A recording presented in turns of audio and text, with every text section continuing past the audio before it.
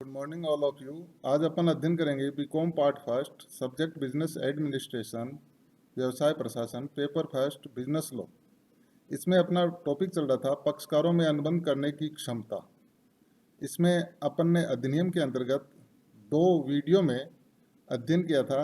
अवयस्क, second अस्वस्थ मस्तिष्क का व्यक्ति। आज अपन अध्ययन करेंगे तीसरा, राजनियम द्वारा अयोग्य घोषित व्यक्ति। इसके संबंध में क्या प्रावधान है, भारतीय अनुबंध अधिनियम में इसके संबंध में क्या प्रावधान है, उसका अध्ययन अपन इस वीडियो के अंतर्गत अध्ययन करेंगे। देश के विभिन्न राजनियमों के अंतर्गत कई व्यक्तियों को अनुबंध करने के लिए अयोग्य घोषित किया गया है। ऐसे कुछ एक महत्वपूर्ण व्यक्ति निम्नानुसार हैं, उनके बारे में अपन सबसे पहले चर्चा करते हैं। इसमें पहला है विदेशी शत्रु। एक विदेशी शत्रु भारतीय नागरिकों के साथ अनुबंध नहीं कर सकता है। वह किसी भी भारतीय न्यायालय में किसी भी भारतीय पर वाद भी प्रस्तुत नहीं कर सकता है जब तक कि उसे भारत सरकार ने अनुमति प्रदान नहीं कर दी हो। यानी पहला जो है विदेशी शत्रु है जो राजनियम द्वारा अयोग्य घोषित व्यक्ति की श्रेणी में माना जाता है। दूसरा, विशेषाधिकार प्राप्त व्यक्ति। कुछ व्यक्तियों को विशेषाधिकार प्राप्त होते हैं, जैसे राष्ट्राध्यक्ष, विशिष्ट व्यक्ति, राष्ट्रपति, सुल्तान, प्रधानमंत्री, मंत्री, राजदूत, कूटनीतिक अधिकारी इस श्रेणी में आते हैं।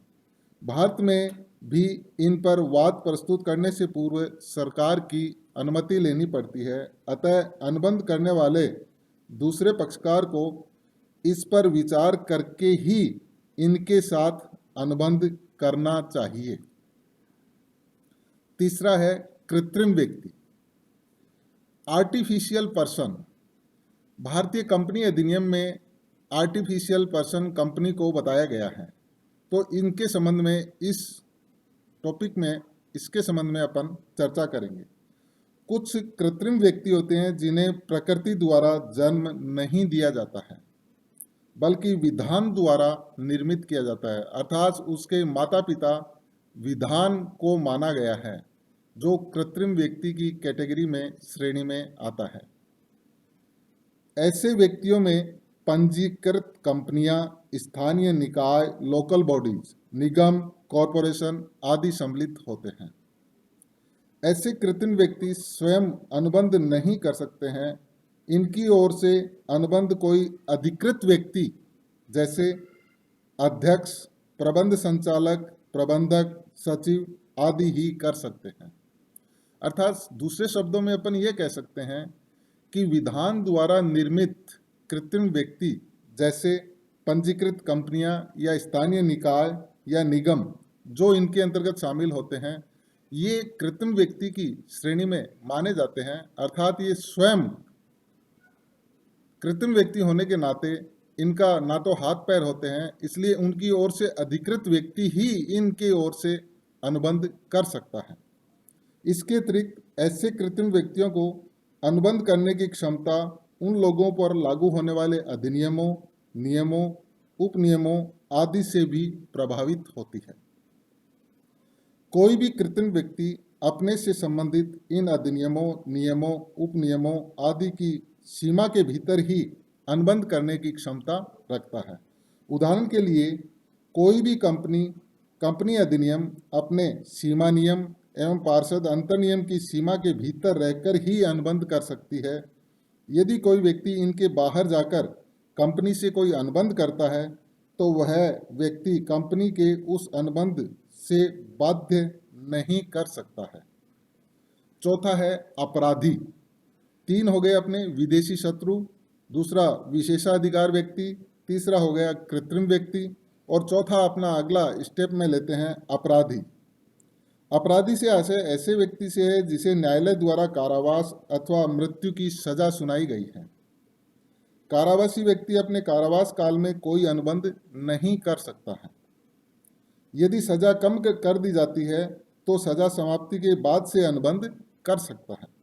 जिस व्यक्ति को मृत्युदंड दिया गया है वह सजा सुनाने के बाद अनुबंध नहीं कर सकता है। तो अपराधी व्यक्ति भी अपन ये कह सकते हैं कि अगर न्यायालय द्वारा उसे कारावास या मृत्यु की सजा सुनाई गई है तो वह भी अयोग्य माना गया है। अगर सजा कम कर दी गई है तो उस अवधि के बाद वह योग्य माना जाता है। पांचवा है दिवालिया व्यक्ति। एक दिवालिया व्यक्ति द्वारा किया गया ठहराव व्यर्थ होता है क्योंकि दिवालिया घोषित होने के साथ ही उसमें अपनी संपत्ति के संबंध में अनुबंध करने की क्षमता समाप्त हुई मानी जाती है। दिवालिया घोषित होने पर उसकी संपूर्ण संपत्ति राजकीय प्रापक ऑफिशियल रिसीवर के अधिकार में आ जाती है। किंतु यह बात यहाँ पर ध्यान रखने योग्य है कि यदि किसी व्यक्ति को दिवालिया घोषित करने की कार्यवाही न्यायालय में चल रही है तो ऐसे व्यक्ति कार्यवाही के दौरान अनुबंध कर सकता है। परंतु यदि कोई व्यक्ति दिवालिया घोषित होने से पहले कपटपूर्ण तरीके से संपत्ति का अंतरण करने का अनुबंध करता है तो ऐसा अनुबंध व्यर्थ माना गया है। तो इसमें जो महत्वपूर्ण बात यह है कि यदि कोई व्यक्ति दिवालिया घोषित होने से पहले कपटपूर्ण तरीके से संपत्ति का अंतरण करने का अनुबंध करता है तो ऐसा अनुबंध व्यर्थ माना जाता है। अगला है महिलाएं, वुमेन। भारतीय कानून अनुबंध करने के अधिकारों में पुरुषों और महिलाओं में कोई पक्षपात नहीं करता है। दोनों को अपने लिए अनुबंध करने की स्वतंत्रता है। अतः प्रत्येक विवाहित एवं अविवाहित महिला किसी से भी वैध अनुबंध कर सकती है। विवाहित महिलाएं अपने पति के साथ वैध अनुबंध कर सकती है तथा पति पत्नी दोनों ही उस अनुबंध को एक दूसरे के विरुद्ध परिवर्तित भी करवा सकते हैं। किंतु कोई भी पति या पत्नी एक दूसरे के लिए बिना अधिकार के अनुबंध नहीं कर सकते हैं। इतना अवश्य है कि विवाहित महिलाएं अपने एवं अपने परिवार की आवश्यकता की वस्तुओं की प्राप्ति के लिए अपने पति की ओर से पति की साख पर अनुबंध करने का गर्भित अधिकार भी रखती हैं।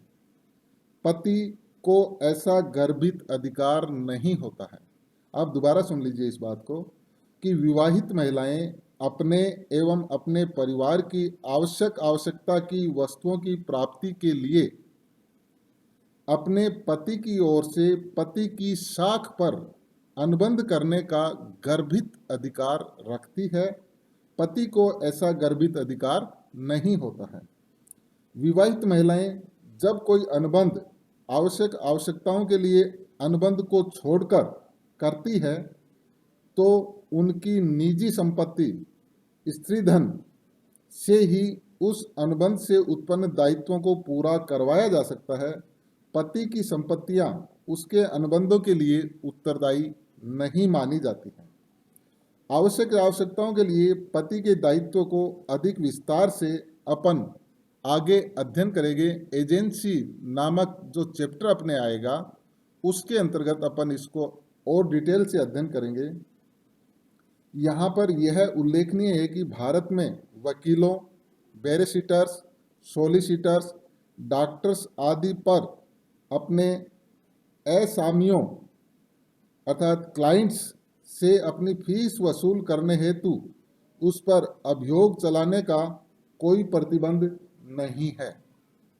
यहाँ पर अपन ने ये 6 ऐसी व्यक्तियों की कैटेगरी अध्ययन की है। दोबारा सुन लीजिए। पहले 6 कौन कौन से हैं? विदेशी शत्रु, विशेषाधिकार प्राप्त व्यक्ति, कृत्रिम व्यक्ति, अपराधी, दिवालिया व्यक्ति, महिलाएं इत्यादि। तो ये 6 ऐसी कैटेगरी है। और लास्ट में अपन ने एक सेंटेंस यहाँ पर एक महत्वपूर्ण बात भी अपन ने स्पष्ट की है, वो दोबारा अपन रिपीट कर सकते हैं इसके अंतर्गत कि भारत में वकीलों, बैरिस्टर्स, सॉलिसिटर्स, डॉक्टर्स आदि पर अपने क्लाइंट्स से अपनी फीस वसूल करने हेतु उन पर अभियोग चलाने पर कोई प्रतिबंध नहीं माना गया है। तो ये अपने पक्षकारों की अनुबंध करने की क्षमता का चैप्टर यहाँ पे अपन ख़त्म कर सकते हैं। इसमें यह अपन समरी के रूप में बता सकते हैं, दोबारा रिपीट कर सकते हैं कि ऐसे 3 तरह के पक्षकार होते हैं जो अनुबंध करने की क्षमता नहीं रखते हैं। इसमें पहला है अवयस्क व्यक्ति, दूसरा अस्वस्थ मस्तिष्क का व्यक्ति, तीसरा राज नियम द्वारा अयोग्य घोषित व्यक्ति। यह चैप्टर आपके परीक्षा के दृष्टिकोण से भी बहुत ही महत्वपूर्ण माना गया है। अतः इस चैप्टर को अपने को अच्छी तरह से तैयार करना चाहिए। धन्यवाद।